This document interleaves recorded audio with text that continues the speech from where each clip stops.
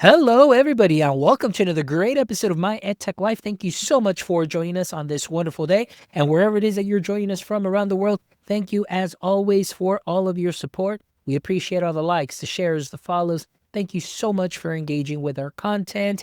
We really appreciate all the feedback, and the more feedback you give us, guys, the better we can, the more we can improve, and the better episodes we get to do for you. I would definitely love to give a big shout out to our sponsors. Thank you so much to Come Back Coffee for keeping us highly caffeinated and energized during our episodes. Thank you so much to Book Creator, Peelback Education, and EduAid AI for all of your support so we can bring you some amazing episodes like the one right now. And I am really excited because I have a wonderful guest that I would love to welcome to the show, Jonathan De La Cruz, who is somebody that I've been following for quite a while on LinkedIn and seeing the type of work that he's doing. So I'm really excited that he's here so he can go ahead and share a little bit about the amazing work that he's doing. And obviously, we'll get into all things ed tech, or actually all things tech and AI as well, of course. So, Jonathan, how are you doing today? Good. Thank you for that introduction, Alfonso. Congratulations, Dr. Alfonso, right? Yes, thank you. Of course. Yeah. So I'm doing well. I appreciate you having me on. This is my first ed tech or instructional design podcast invitation.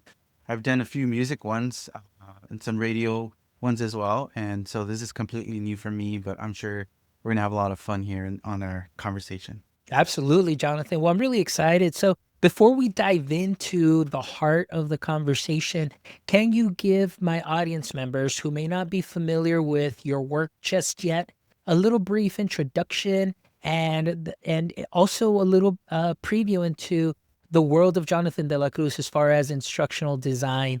That way, our audience members can definitely make sure they connect with you as well. Of course. So I can't get into the world of instructional design until I talk a little bit about what happened before. So I have a education degree in music, and I studied music for a very long time. And I was fortunate to teach at two universities, one of them being DePaul University, and the other one was Indiana University as a director of music for a little bit. And once I moved to Texas, I taught music all around the DFW in many different ways. And eventually, I caught myself getting interested more into um, everything instructional design without the title to it, right? So everything technology, learning softwares for music, learning how to video edit, learning how to create a website. I was interested in all those things, and I didn't know there was a job that did a little bit of everything. So later on, I came into instructional design, and now I work at Supply Chain as an instructional designer, and I also work as an instructional designer for a startup here in Plano, Texas. It is a startup that does an AI assisted learning management system, and we also have other couple of products that we do. Something that just came out recently was called Solo School, and Solo School is a basically study tool very similar to Notebook LM, but it has a use case specifically for college students, high school students, people who have kids that study like at home parents kind of thing. So we also service that, and that's a little bit about those roles in instructional design that Wow. I focus on. Hey, well, you know what? I really love that background because, coming in from that music field and then now doing the work that you're doing, sometimes, the roads that we follow aren't always the roads that we get into, but you got a little taste of the music side of it and then getting into instructional design. For myself, it was getting a little bit into the marketing and sales aspect and then getting into teaching, and then and it's very interesting, those roles. And so I want to ask you, I know you started a little bit talking about the kind of the technology side of it as far as video editing and everything, but before you kind of went into instructional design and doing music, was that already something that maybe you already had a small interest in or were already involved, being that you were in music, and being using that creativity and bringing in those technology tools into the classroom? Yeah, so I think before 2020, I don't think a lot of my friends in the music field had home studios, for example, or microphones, right? And I was one of those people that in college I got my first interface and I had a microphone and I had my computer and all my friends would look at me like, "Oh, what is that? What is that for?" Even though we were all studying music, so I was always looking a little bit forward. From starting to post on social media on Instagram all my gigs to getting into video editing, starting a YouTube channel for music so that I could practice video editing was one of my goals, and I ended up doing that. And I was always just interested in the tech side for fun, you know. I enjoyed watching people do vlogs. I enjoyed watching people do podcasts, and ultimately, I just said, you know, I can do that. I enjoy that. I can do that, and so I think part of it has been just a curiosity of any more than anything. It doesn't feel like work to learn something new to me, as far as technology or to have to read or something new or dive into articles or anything of that nature. So I just think it just came, for lack of a better word, more naturally than anything. And I've always just been like that. In anything. So even on the music side, I was one of the people that really loved all the genres. So you'd catch me playing mariachi on the weekend and playing a jazz concert, or playing at a cathedral, or doing a small jazz combo gig, or singing, or learning or playing with a Costa Rican funk reggae group, or playing with a Tops 40s group, or playing with a symphony. I got to do all that, and part of it was because I just had the curiosity of all the genres. So I was very well versed and rounded in that, and I don't really find it in much more different than instructional design. Instructional design is you do have to learn how to video edit, but you also need to learn how to talk to subject matter experts and how to get the right answers from them based on the questions that you ask, right? So that's more of a social thing rather than doing something like video editing, which is like more singular, right? And from doing some curriculum based things to virtual or in person training, you know how to do that. So it feels the same. It doesn't feel much different. The only thing is that I don't blow on an instrument all the time. But other than that, everything feels the same. I don't really find much difference in it. It's still social, and it's still collaborative, which that's kind of where music is, right? Yeah. So instructional design, it does not feel foreign at all. It I feels like I've been doing this for a long time. I love that. And that's something that you said a couple of things there that I definitely want to unpack. And number one, obviously coming at this with that heart of curiosity, and that's something that is so important that I think for a lot of educators that are out there that are wondering, in classrooms, and you had the classroom experience, like you say, you taught music, and curiosity is so important to students to want to engage in the learning, and they're curious. And once you spark that curiosity, then you can go in deeper to those lessons. You get that attention from the students, and as well, as long as you present it also in a way that is very conducive to them and their learning styles and so on. And I think it's social. That's the other thing that you mentioned is how social learning can be for yourself. Those examples of learning so many genres, that means you had to talk to so many people that were playing those genres and learning from them, learning, some theory from them. Why go from this chord to this chord in this genre, and then in this other genre, it's a little bit different, and so on. So I think that's something that is very important. And I think that in what you are saying, I can hear how easy that transition came for you to go from the teaching music, playing on the weekends and so on, and now going into instructional design with that heart of curiosity as far as how do I do some video editing? Okay, once I get this down, how to communicate and collaborate. And like you said, it's really it's like you're jamming the whole time because you got to communicate. Like if you're playing bass, you got to communicate with your drummer. You're going to be in the pocket, and you got to make sure that you're in the pocket. So your singers, got everything he's got to do, and he's got his cues and so on and so forth. So I really love just that conversation of music within this transition for you, and now working as an instructional designer. And like you mentioned, talking to a lot of subject matter experts and making sure that you get their vision and their messaging and be able to create, something from that, creating a deliverable that somebody's going to go ahead and use, whether it's for more continual learning or reviewing and things of that sort. So let me ask you your first dive into instructional design, because we do have a lot of educators that listen to the podcast, and a lot of them are always sometimes curious about instructional design, or maybe they're not familiar that this might be something that they might be able to transition to, also based on the skills that they have. But what was your first impression, and that feeling that you got when you first entered the instructional design field? So I think it was confusion. I think that would be the word. I think part of it is because I didn't really realize how many different types of instructional designers that there were. Some of them focus on content. Some of them focus more on training. Some of them focus a little bit more on like the managerial side of instructional design. And so whenever I joined the startup and I was their first instructional design intern, that's how he started. I met with the CEO and he said, "Okay, what do you do?" And I was like, "Oh, I need to interview you so that I can figure out gaps, so that I can figure out what kind of training that I can do, whether it's job aid or video or some kind of training, something like that, right?" And he's like, "Okay, so, I mean, anybody else can do that here.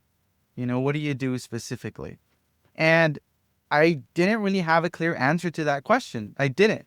Even though I had taken the courses, I'm one of the educators that ended up taking certificate courses at the University of North Texas, took 4 classes.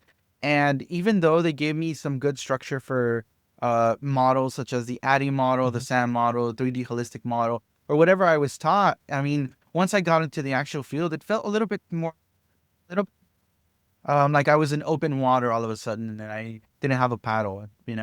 And so within that, the first thing that the startup taught me is agency, and I didn't know what agency was at the beginning. And let me know if I derail a little bit because I'm a little bit on your question. But going back to the confusion piece, that's where I picked up the idea of agency as far as like, now I have to figure out what I'm gonna do here. I'm going to figure out how to plan that and then how to execute that. Right. So, what I did was I basically went around the startup and figured out where the gap was. At the beginning, a lot of the issue was that there was mistrust in the use of AI and or um, like it was just unfamiliar to everybody. It's like it was um, the 90s and the internet just got introduced to the masses, right? That's what it, at least to me, that's what it felt like. And a lot of the people that haven't really used the internet for more than looking something up or looking up a restaurant or to planning a trip, some some generally some people just use it for that, which there's nothing wrong with that. But how do you suddenly introduce this completely new technology, which the startup focuses on, which is an AI assisted learning management system, to the people that have a budget to purchase that system, right? How do you talk to them about it without the idea of fear, without the idea of this is a learning process that it's going to be unfamiliar and confusing, and this is how I'm here to guide you within that's the vantage point that I always go by, right? And so then from there I we started using all the tools. I did articulate storyline courses that were very specific. I did articulate rise courses. I started using Camtasia to do walkthroughs, and some of it worked and some of it didn't, right? It's not until we got some data and some feedback until we realized that some of it wasn't really working. And that's when we started transferring to other tools. So we currently use at the startup a tool called Software, and it basically does the same thing that Camtasia does in the sense of giving you a walkthrough But this time with Arcade, you can click and it takes you to the next section. And it gives you the idea that you're doing something, and it takes you from picture to picture, and it guides you with a snippet, a sentence or two, that guides you to what you're actually doing and what the next step is. And that helped a lot of our users being able to utilize the system without being confused or derailed a little bit more, right? Because I think the trick is to figure out how to get people from the beginning point to the end point of the learning journey, and having learned whatever idea that they did have to learn, or whatever system or part of the product that they did. So going back to, there was a lot of confusion on my part, and then figuring out what I had to do at the startup, due to the agency, which is basically another word for proactive. Just be proactive and figure things out, and say, hey, these 3 projects didn't work. This is why they didn't work. And you move on to the 4th project, and you just do it better. And I think that's kind of how I started. I started by being confused and failing a little bit more than I wanted to, in that regard. And I was so fortunate that my friend Josh Berry, the CEO of that company, was just more interested in the idea of agency that I had, and the kind of like the stubbornness of, I'm gonna figure this out. Um, that I just ended up staying with the company after my internship. Nice. And I was surrounded by UX UI designers, developers, and then there was just me. Everybody else didn't really understand what I did. And so that was how I started. I started in my journey, and going back to your initial question, that's kind of how I felt.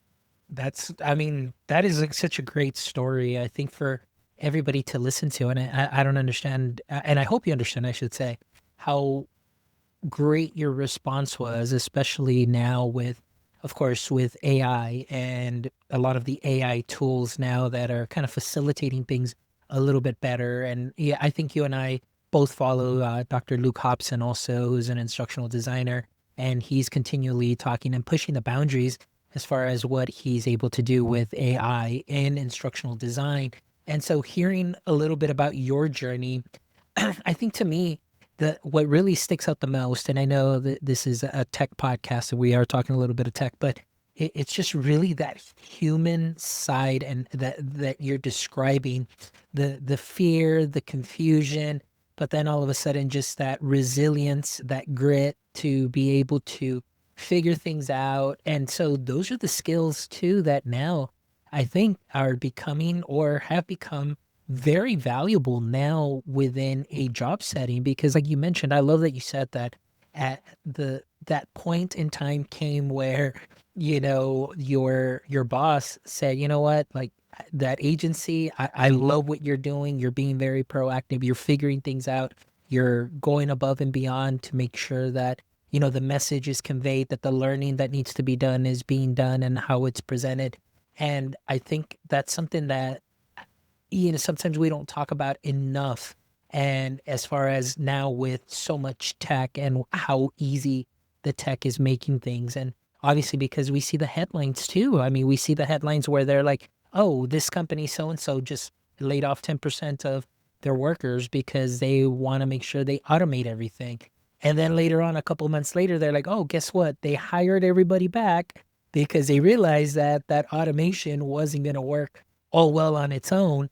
And then, of course, the deal of losing customers too, because now you don't have that human in the loop per se. So I think it's something that's very important, that you hit on a lot of things there.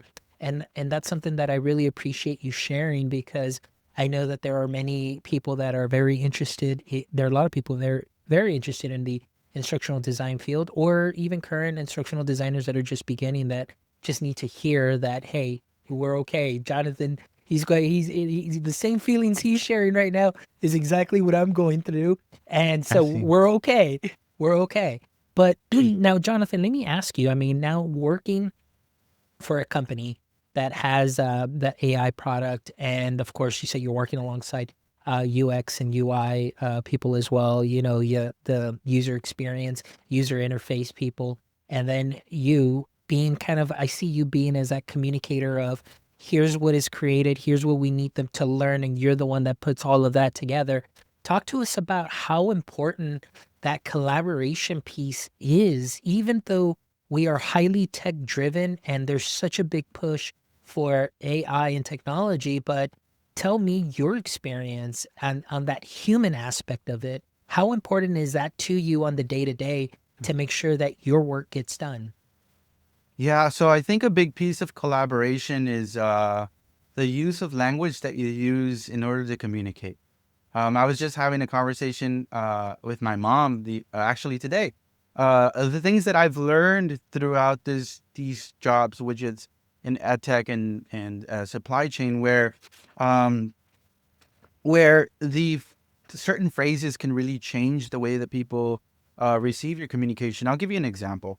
So one of the things that I learned recently was that if you were to give me an idea and we were working together and we were part of a collaboration to get some training out, it would work better if I changed my language to always serve whatever the output it wants to be. So, for example, if you give me an idea and I might not think that that idea might work, right? But I say, well, your idea sounds really good, but right. Suddenly, I've taken your idea and I've put it aside, and I'm going to replace it with my idea now, right? So changing that but to and has kept your idea in the loop, and now we can put them side by side, and we can automatically collaborate, and now you feel heard within the conversation still, right? So if I say, Dr. Alfonso or Dr. Mendoza, um, hey, I really like your idea and I'd like to make suggestions and we've done something similar to this, right? So that creates a great environment for communication to where I just didn't close your idea or close you off from the communication because now my idea is entirely present, right? So just one of those things has really changed the way that I function with people. Another thing is something like recognizing someone as idea as being completely genuine or new or well thought out. I think people really like the idea of also receiving some kind of praise. What it doesn't have to be like, yes, this was the greatest thing I've ever heard, but it can be something specific, right? Where it's not like, hey, good job. It's I really like the way that you organized yourself. I really enjoyed the framework, and I can't wait to look for the execution of this specific project in this regard, right? And that, in another sense, makes people feel heard as well. And I think overall, when people collaborate, they want to feel that their ideas are still in the room alongside them, and it's not just me. So I think that piece has really helped me be able to collaborate with people. Also, the idea of feedback. So as instructional designers, feedback to me is a neutral word. It is not criticism, which is criticism I think feels neutral to me, but it leans on the side of negative to other people. So I use the word feedback. Um, and I just look at it as an opportunity to grow a little further, right? So whether my project uh, changes, pivots, which is a great word. It pivots, or whether the project is rejected entirely and we're going with a completely new one. Um, Understanding that that feedback is a neutral word because the whole goal is to get the learner to the end, and it's not for me to say, well, I worked really hard on this project.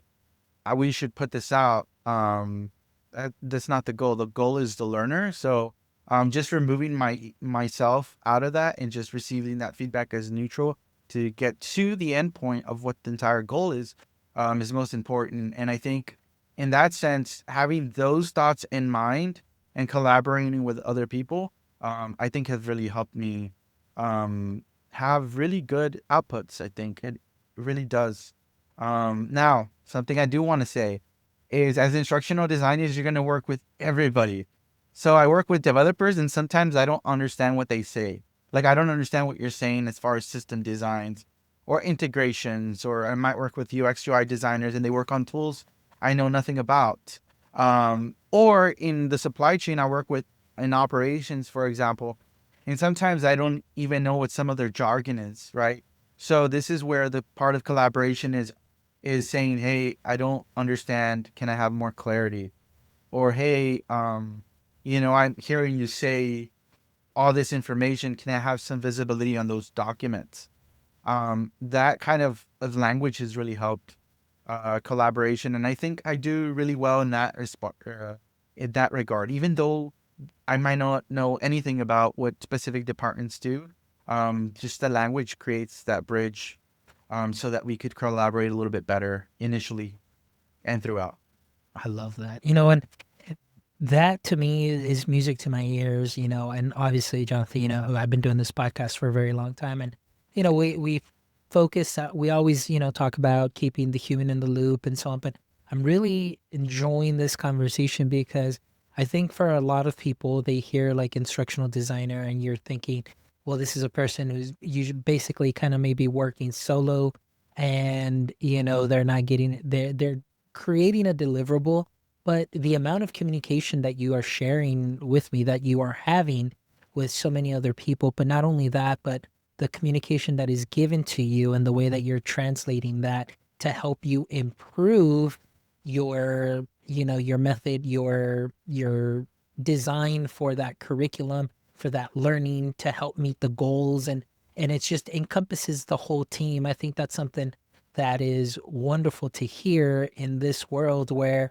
like, we've seen so many AI tools flood our space, and it just seems like every day there's something new for something out there. And of course, with Claude and Claude Code and everything, the things that can be done now also for instructional design have become a little bit, easier, and things that we can only think of now, can actually come to fruition.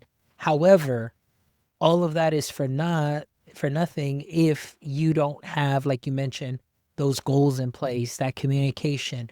What is the end result for this learning? Because you can have all the greatest tools in the world, but if you're not getting to where you need to be, then what good is all those tools?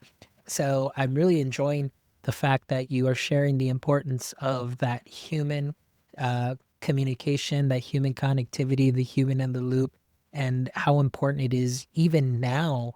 And you're working in a startup that has an AI product, and I'm sure that there are many other AI tools that you are using. So I want to ask you, how do you manage that? How are you as an instructional designer?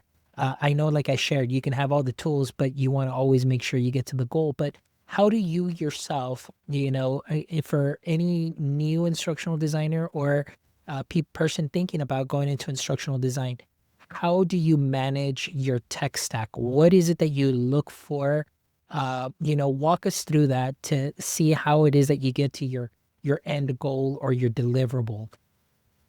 Yeah. So, the first thing that I do want to say is that AI has really helped take away some of the monotonous work. So, I do believe it's completely in the human in the loop, but the human in the loop in the portions that need for in the portions in which I need to be available, right? So before I started integrating AI into a lot of my workflows, I was doing design documents and just typing everything out, thinking everything through, which is fine, right? But now you can go ahead and prompt your thought process, your framework, whether you're reading the 3D holistic model or the ADDIE model or the SAM model, or you're doing rapid prototyping. You can also reference some projects that you've done, and then you can put the new objectives, and then boom, I wouldn't say you're done, but now you got to read it, and you just spent, I don't know, 20 minutes on something that would have taken you a couple of hours and a couple of iterations, right? And that doesn't mean you don't have more iterations, but now you have a skeleton template that you can work off of, that you can always adjust based on the output and the new objectives or the changes, um, and pivots, right? So that's the first thing. So it's kind of taken me away from some of the design documents. I would say 50 to 70%, depending on the complexity of the project.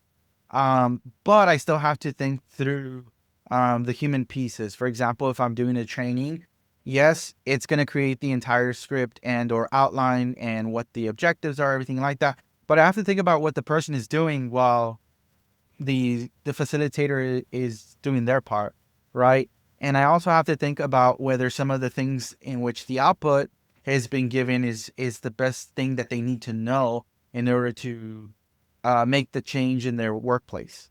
So those are the things in which I've used AI for at the beginning. Now, now that as far as the models that I've used, there's so many new models, but I've gone through Gemini, for example. I've used Gemini for some coding. I'm taking currently a machine learning Python class, and we use that.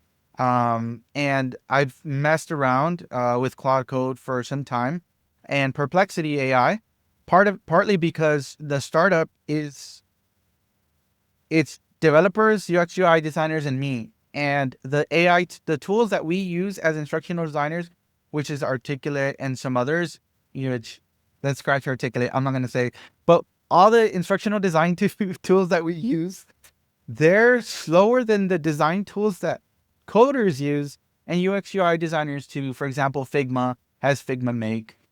So now they can have a complete output, make adjustments by just using a couple of sentences.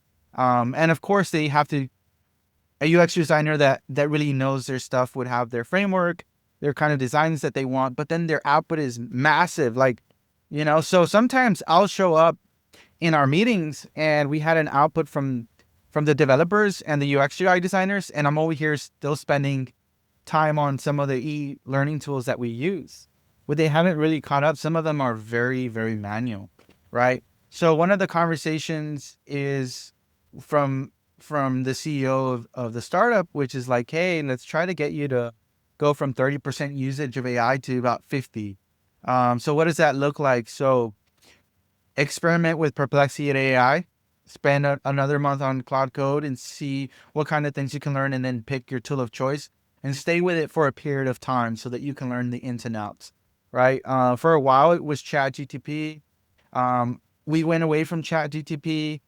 We started using, I think, Windsurf. As far as the developers, were using an AI feature from Windsurf, and now we switched to Codex in the startup, right? And partly it was because everybody was just experimenting.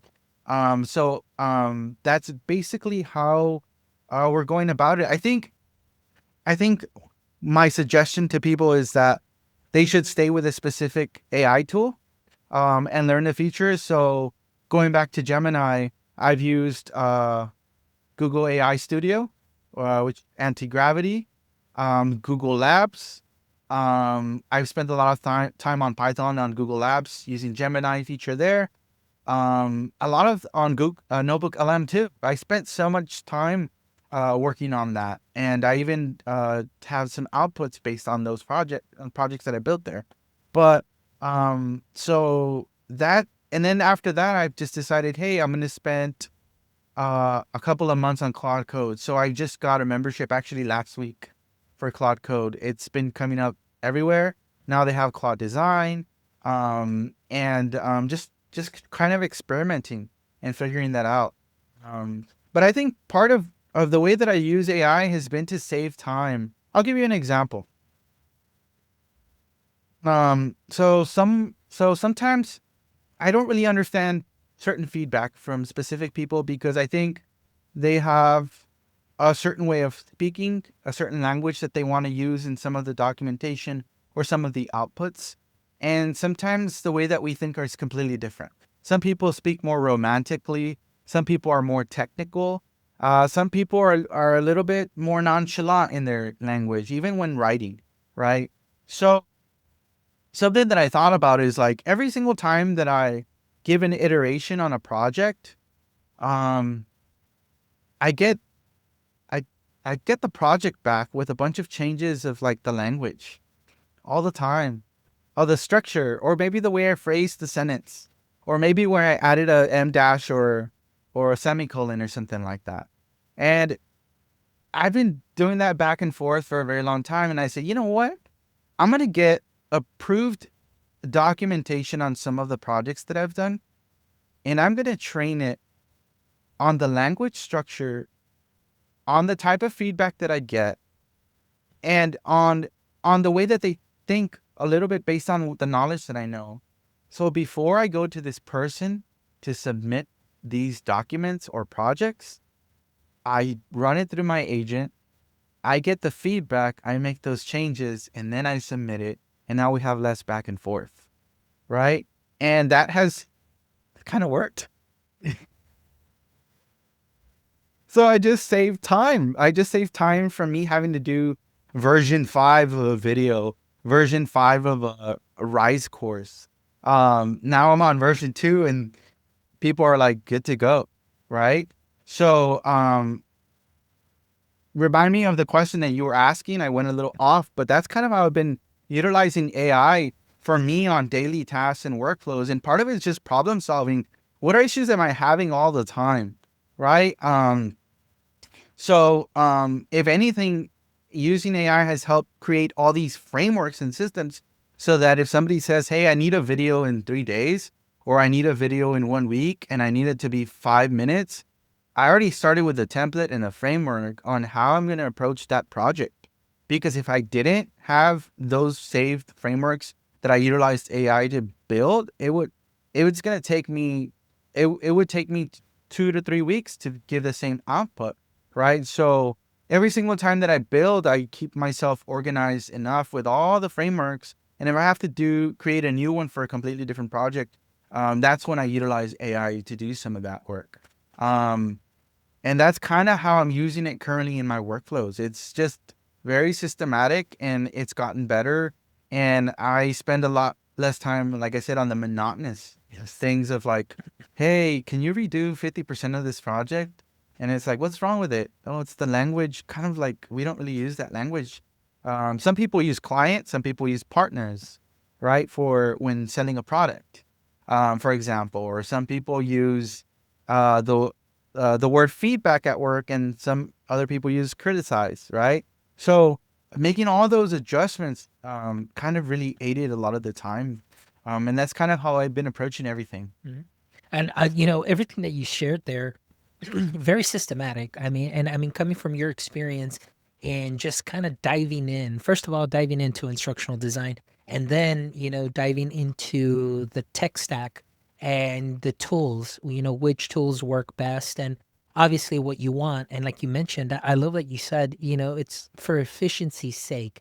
You want to make sure you're efficient, you're a lot faster. And so the way that you described, being able to grab that feedback that is given to you, but using that exact same verbiage and being able to implement that in your outputs. So when you go and share, now it's like you mentioned, now I'm like 50, 60% there, as opposed to waiting and doing 3, 4, 5 iterations. Now iteration number 2, I'm already done, or maybe 80% done on my video.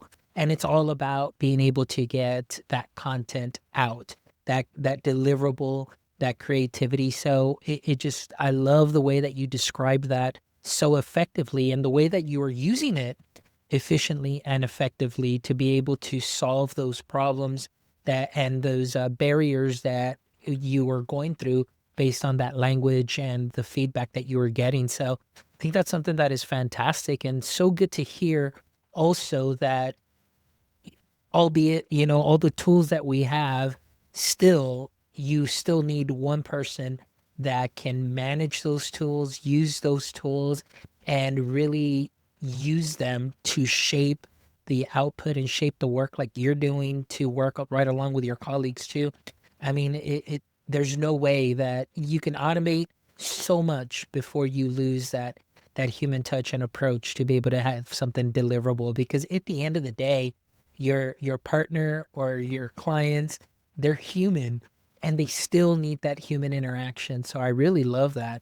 So Jonathan, this has been an awesome conversation, and as we kind of wrap up, I want to ask you, we always have our last 3 questions, so that'll be our little rapid fire round. But for you right now, I want to ask you, for if you were mentoring, or if you, best advice that you can share with an instructional designer right now, what would it be that you would tell them to invest in? And I'm not talking about a tech stack. I'm not talking about tech tools or anything, but I want to ask about the human capacities what are some of the human capacities that they should invest in uh, that would help them be irreplaceable 5, 10, or even 15 years from now? What do you still see in the world of instructional design that is still going to be important aside from the tech? You know, I had a conversation with a friend recently, or I guess a coworker, coworker slash friend, and something that she told me is that even if you use all the fancy tools, and even though you spend 3 months working on some training that you're gonna do, it doesn't fulfill the learning if nobody likes you, right? So I could spend all that time working and I can use all these fancy tools. And if I haven't taken the time to communicate and collaborate with people, and show them that I appreciate their contributions, that I acknowledge that they're there, Mhm. then when they show up to my trainings, because we all work together, it my training might not be effective at all. And so the investment that I would say to somebody is figure out how to create an environment and a set of skills that are communication based that will facilitate your life for the and career for the rest of the time, right? Because that's the thing that you take away with you. The tools are going to change forever. So go ahead and find some books that from your favorite author on communication, and or practice something like podcasting, for example, so that you can get better at communicating some of those ideas.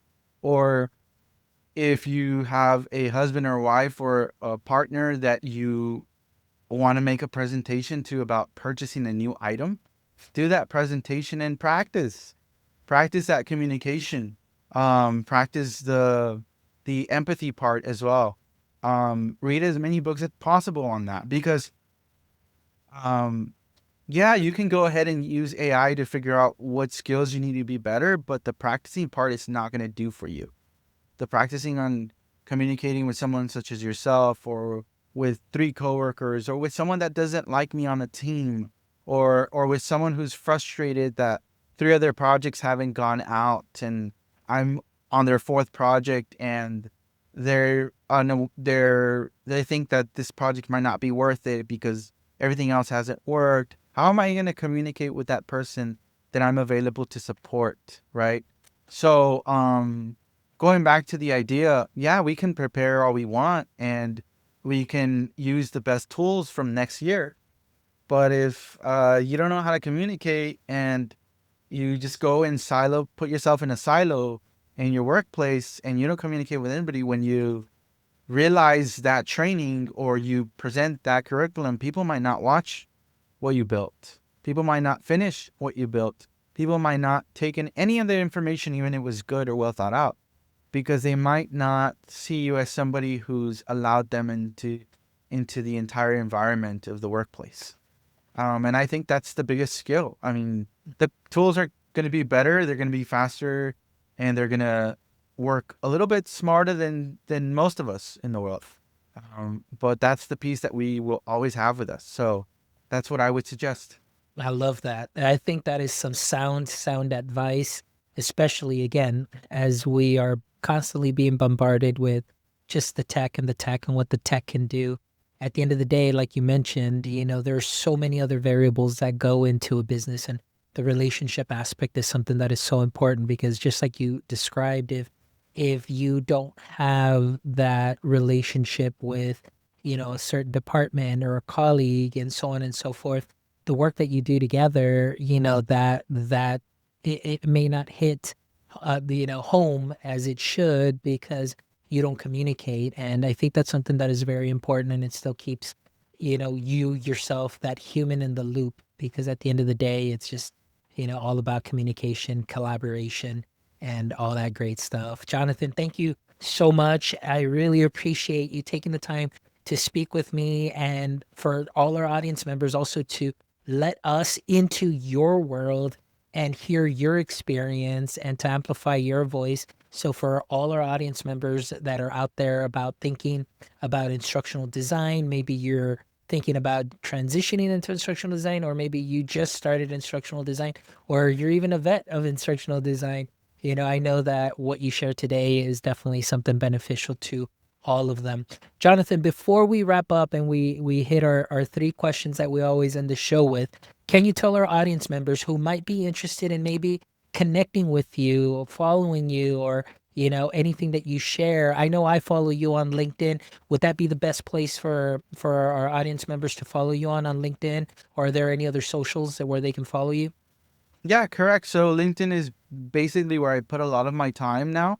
Partly is because I do find people so interesting there because they show all their projects. You have animators, you have developers, you have people that do robotics, you have people that do mentoring and education, you have people that do marketing. So it's just like a creative space. I think all those things are creative. So you can find me on LinkedIn. It's Jonathan De La Cruz, and I'll be more than happy to accept your connection there. And thank you so Perfect. much. Excellent. We'll make sure that we link that in the show notes. All right, Jonathan, before we wrap up, we always love to end the show with these last three questions. So hopefully you are ready to go. So here we go.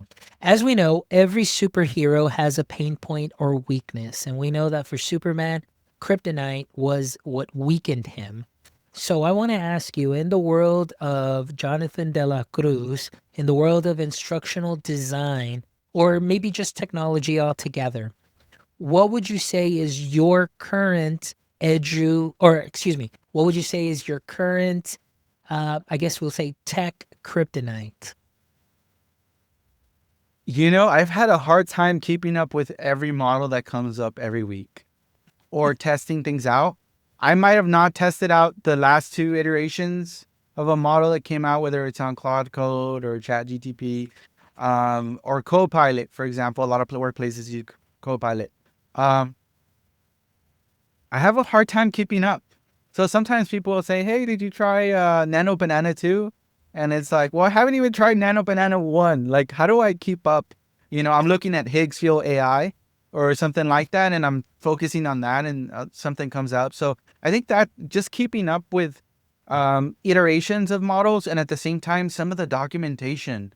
Um, I can tell you about articles that I read last year when I was reading article across article of biases in AI or things like that. But I don't know if that information is true because of how fast it's been moving. So I would say that's one of my main weaknesses. Yeah, no, and I think that goes for everybody. I mean, obviously, it just seems like in these last 2 weeks, there have been so many drops, and they continue to drop, and then new platforms, and you're absolutely right. Just to be able to keep up is it like I have just, I guess, not necessarily burnt out, but I just go for quick finds, and I'll just search TikTok and like I'll find somebody just to share like that bit of what it is, what it does, and then I'll be like, okay, do I want to try it? Do I not want to try it?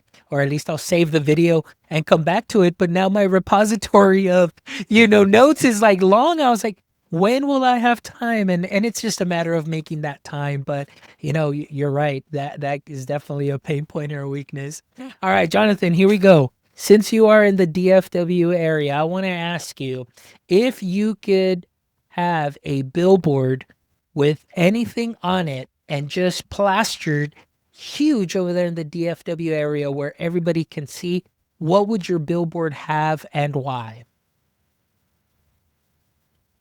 Um, that's a really good question. What would it have? I think it would be some kind of inspirational message, uh, with the idea of and understanding that whoever is viewing it belongs somewhere. I think it's a very humanist. I approach everything with a lot of empathy.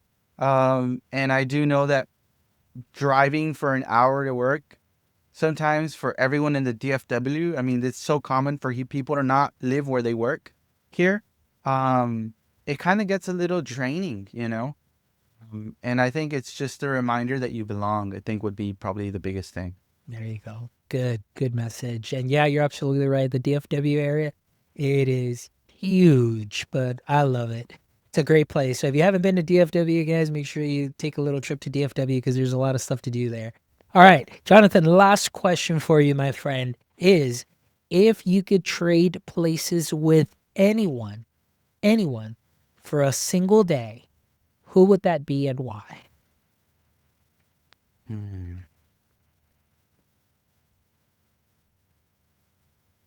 I think, yeah, went from like a tech show to like kind of like a human approach, kind of centric idea. I think it would be my dad. I think he did really well in raising my brother and sister and I. And there was a lot of things that he went through that I just didn't understand at that time. So I think just having a couple of days, just being seeing things through my dad's eyes, and figuring out what he did to raise people that were loving, you know. So I would just go with that to figure out what he did and how he was thinking to raise us, you know. So yeah. Love it. Love it. Hey, that is a great answer. I think that's probably the first time I ever have somebody say that, they would trade places with their parent. And it's such a great answer, especially wanting to know that experience and sometimes those hardships that have helped and that they've overcome, but that also affected us in such a positive way. And like for yourself, like you mentioned, raising three loving siblings and everything. That's something that's fantastic. So that's a great answer, Jonathan. Well, my friend, Jonathan, it has been an amazing conversation with you.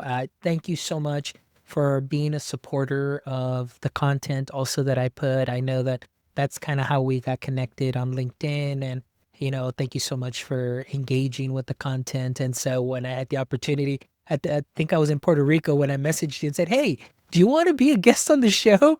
And so that was fantastic. So I'm glad that we were able to make it happen because I really, really enjoyed our conversation. You definitely had so many gems that you dropped that I can't wait for the world to hear. So for all my audience members, please make sure that you click that link that is in the bio and make sure that you follow my friend Jonathan De La Cruz there on LinkedIn. You won't regret it. He puts out some great content as well. So again, make sure you connect with him. And also, don't forget to visit our website, myedtech.life, where you can check out this amazing episode and the other 364 episodes, all right, where I promise you, you will find some gems and knowledge nuggets that you can sprinkle onto what you are already doing great. And also, thank you so much to all our sponsors, Comeback Coffee. As always, thank you so much for keeping us caffeinated.